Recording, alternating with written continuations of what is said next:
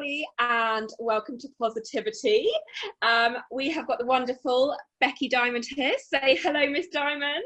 Hello. And where is lockdown for you? Lockdown is in a little town called Emsworth on the south coast of England for us. Oh, amazing. So you've got lots of beautiful scenery and coastline to enjoy with lockdown. Yeah, amazing. So first of all, can we just acknowledge your incredible bunting behind you? I'm assuming that was for VE Day. Was a little lockdown project. I bought myself a sewing machine quite early on.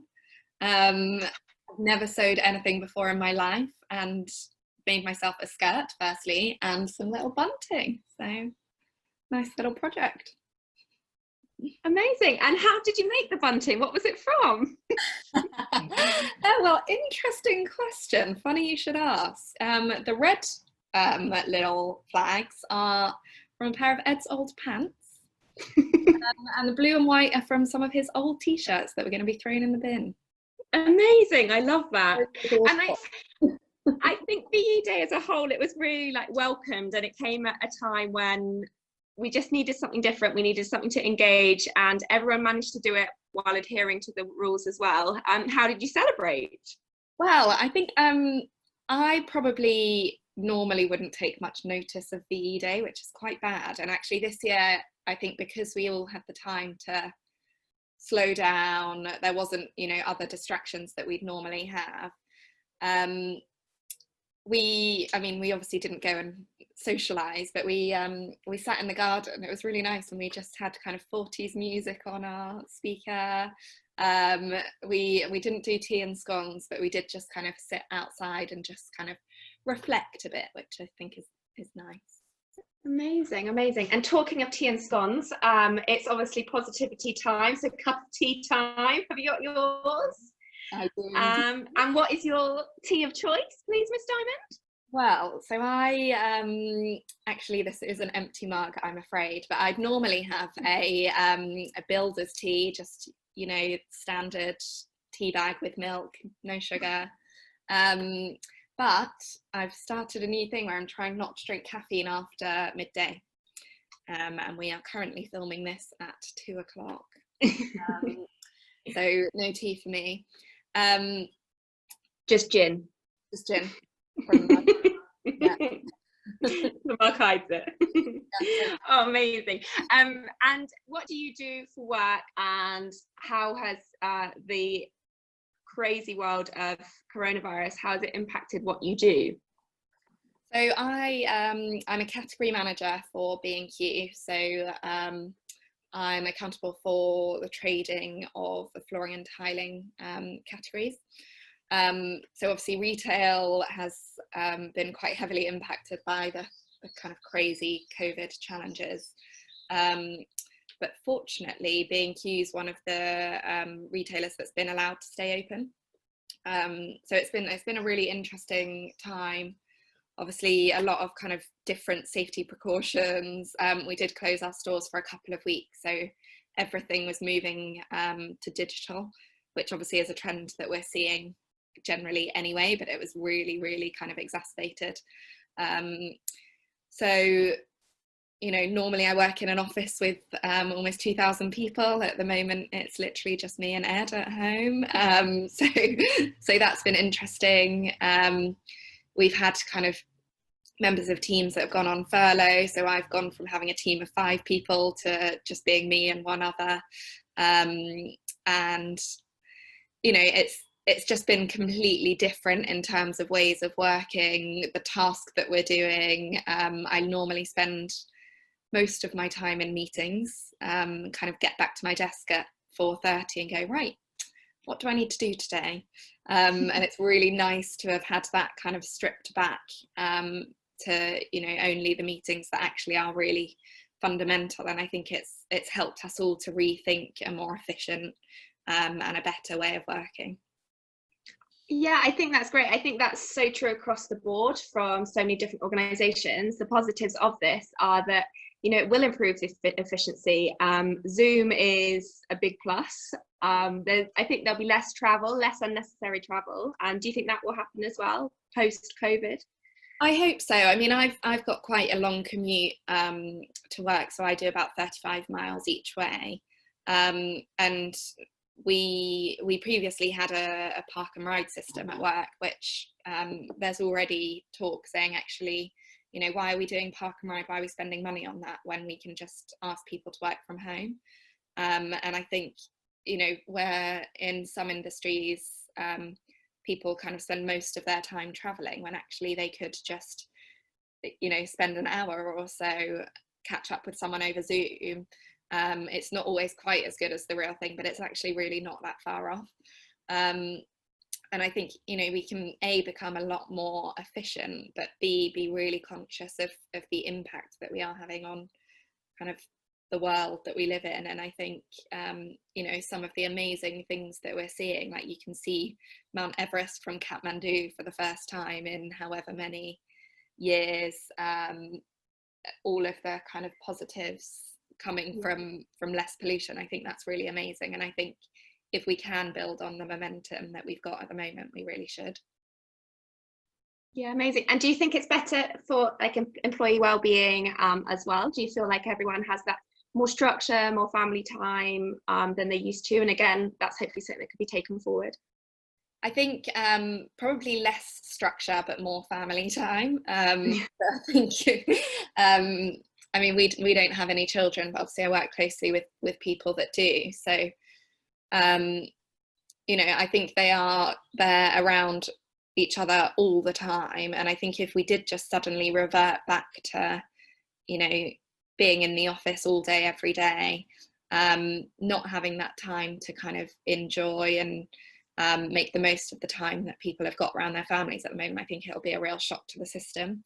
I think one of the main things that we've kind of seen is just, it's trust. You know, people want to do a good job. People don't naturally turn up to work and not want to perform. So allowing people to find something that works for them in their own situation, because obviously everyone is in completely different circumstances in this strange world. Obviously, yes, the similarity is that we're all kind of at home a lot more, but actually how that impacts people is massively different across the board. So I think less structure in that people need to find something that works for them, but definitely more family time, more flexibility and more trust. Yeah, that's so true. And in terms of something that works for you personally, you are a superhuman and you are currently back to university. I mean, I couldn't even last 2 weeks and 1 day at university, but you, the other side of the equation, is explain what you're doing now and then sort of share how this time is affecting that and so on. Yeah, so I'm currently studying an MBA. So I'm doing that, obviously I'm working full time, and then I'm doing that around it. So as you say, I'm actually pretty busy at the moment. But previously it would be kind of 3 days on campus at a place called Cranfield, which is up near Milton Keynes. And that would be kind of really intense days of lectures, and then we'd obviously have assignments and exams and things like that we need to work for around that time. Obviously anything kind of campus based has been cancelled, but all of the lectures have moved to online. So I now have 3 days a month of entirely Zoom lectures, which it sounds like it could be horrendous, but actually it's amazing because we still get the interaction with the team. And I think you know, choosing to go to university has quite a different environment to you know, maybe when you go first time and everyone is balancing it against other priorities, so it's quite a different outlook that a lot of us have. Yes, yeah. First time round. Yeah, no, amazing. And I think this time will give you time to reflect on exactly how you want to take it and what you want to do with it. Oh, it's so exciting, you genius, you. I know, and I've got my second year modules to choose soon, so that's very exciting. Oh, exciting. Well, if you need any help, you know where I am. Not. So how are you and Ed, obviously both very active people, how are you, what's the other side of the equation outside of work? How's that going in lockdown life, 2020 life? 2020 life. So I think Actually, now we're in kind of a less stringent phase of lockdown. We're not hugely different from kind of the life we were living beforehand, which is actually really nice, but obviously not everyone is in that position. Ed does a lot of cycling, so he's been going off doing his big training bike ride. So when we were in the strict lockdown, I couldn't keep up with him, or couldn't go the same distance. So that was a bit frustrating, because obviously one amount of exercise a day, it meant that we couldn't do it together. So that was a bit difficult, but now we're a bit more flexible. So we like doing water sports, so lots of paddle boarding, sailing, just being by the sea is lovely. So generally that is what keeps us busy. Amazing. I want to move to the seaside. I'm so jealous, so jealous, and I feel like I've never been paddleboarding. I feel like I need to try this. Come visit.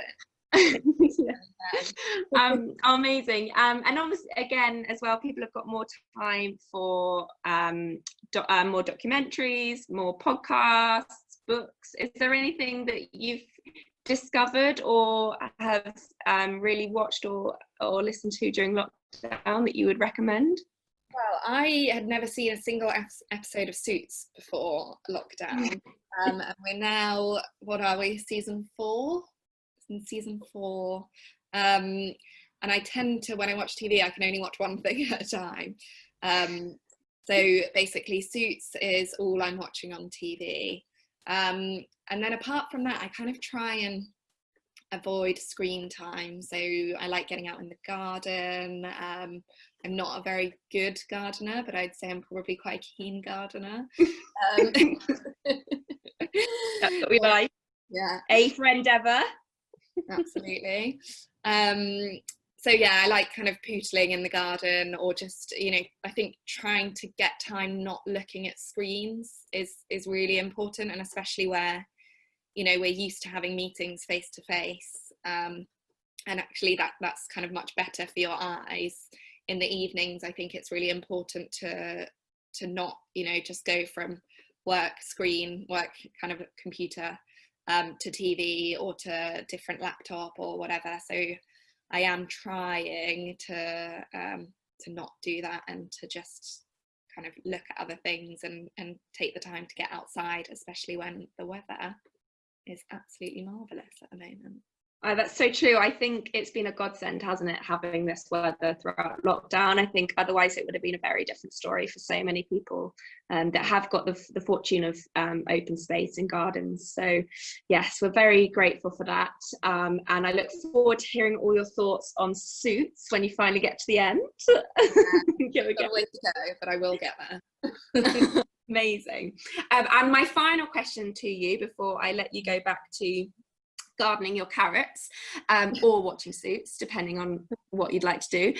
Who would you like to nominate to be on one of the next episodes of Positivity? So I would love to nominate my mum,